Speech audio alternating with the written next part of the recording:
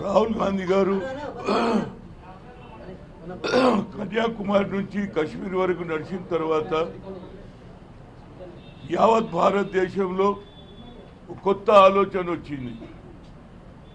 76 సంవత్సరాలు అయినటువంటి భారతదేశం స్వాతంత్రం వచ్చినా ఇప్పటికి కూడా బడుగు బలైన వర్గాలకు అన్యాయం జరుగుతుందని తెలుసుకున్నటువంటి Rahul Gandhi we come to the power will conduct caste wise census అంతటితో ఆగలే.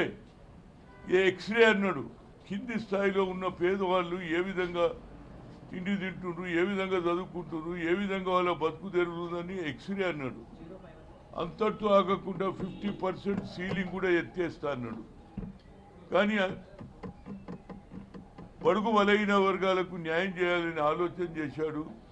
కానీ ఆయన ఆలోచనను ఇంప్లిమెంట్ చేయడానికి తెలంగాణ ప్రభుత్వం పవర్లో రావడంతో రేవంత్ రెడ్డి గారు కులగణన చేశాడు.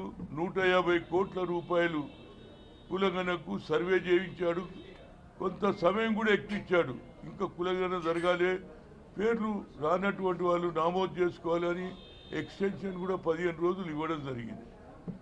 అదేవిధంగా ఇవాళ ఢిల్లీలో రేపు జరగబోయే 2వ తేదీన తప్పనిసరిగా జంతర్ మంతర్లో ఎన్నో రోజుల నుంచి నేను అనుకుంటాను, బహుశా 20-25 ఏళ్ల నుంచి నేను చూస్తున్నా.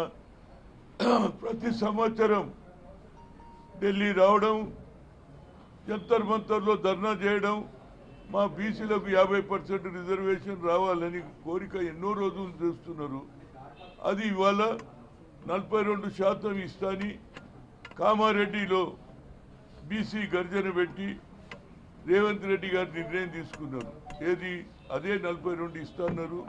దానికి ఎంటైర్ బీసీలంతా, ముఖ్యంగా బడుగు బలైన వర్గాలందరూ కూడా రేవంత్ రెడ్డి చేసిన సాహసోపేతమైనటువంటి నిర్ణయం, రాహుల్ గాంధీ ఆలోచనను ఇంప్లిమెంట్ చేసిన రేవంత్ రెడ్డికి హృదయపూర్వక ధన్యవాదాలు చెప్తూ రేపు జరగబోయే ఈ సభ ధర్నా జంతర్ మంతర్లో అన్ని రాజకీయాలకు అతీతంగా ఎంతమంది అయితే గతంలో ఎన్నోసార్లు వచ్చారు ఇక్కడ ధర్నాలు చేశారు, అన్ని కుల సంఘాలకు నేను మనస్ఫూర్తిగా రిక్వెస్ట్ చేస్తున్న, అందరు రండిరా బాబు, ఇవాళ మన సమయం ఆసన్నమైంది.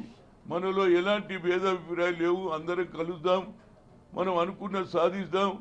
ఆ రాహుల్ గాంధీ గారి దేశం మొత్తంలో ఏదైతే తెలంగాణలో కులగన జరిగిందో అదేవిధంగా అన్ని రాష్ట్రాలలో జరగాలి.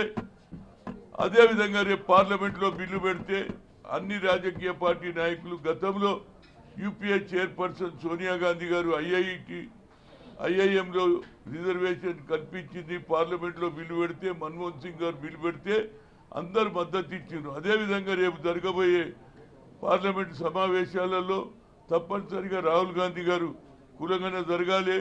వారికి ఉన్న జనాభా ప్రాతిపదికగా వాళ్లకు చదువులలో, ఉద్యోగాలలో, విద్యలో, అన్నిట్లో కూడా హెల్త్లో తప్పనిసరిగా అమలు చేస్తూ రాజకీయంగా రేపు జరగబోయే లోకల్ బాడీ ఎన్నికల్లో కూడా ఎక్కువ సంఖ్యలో సర్పంచులు కానీ, మండల అధ్యక్షులు కానీ, జిల్లా పరిషత్ చైర్మన్ కానీ, మున్సిపల్ చైర్మన్ కానీ ఎదిగే అవకాశం వచ్చింది. కాబట్టి రేపు జరగబోయే సభ హిస్టారికల్ ఉంటుంది. రాజకీయాలకు అతీతంగా ముఖ్యంగా మన రాష్ట్రం నుంచి శాసనసభ్యులు వస్తున్నారు, ఎమ్మెల్సీలో ఇప్పుడు మా ఎవరు బసవరాజ్ సారే వచ్చాడు, ఇట్లా చాలామంది ఇవాళ రాత్రికి వస్తున్నారు. అదేవిధంగా ట్రైన్ కూడా బయలుదేరింది.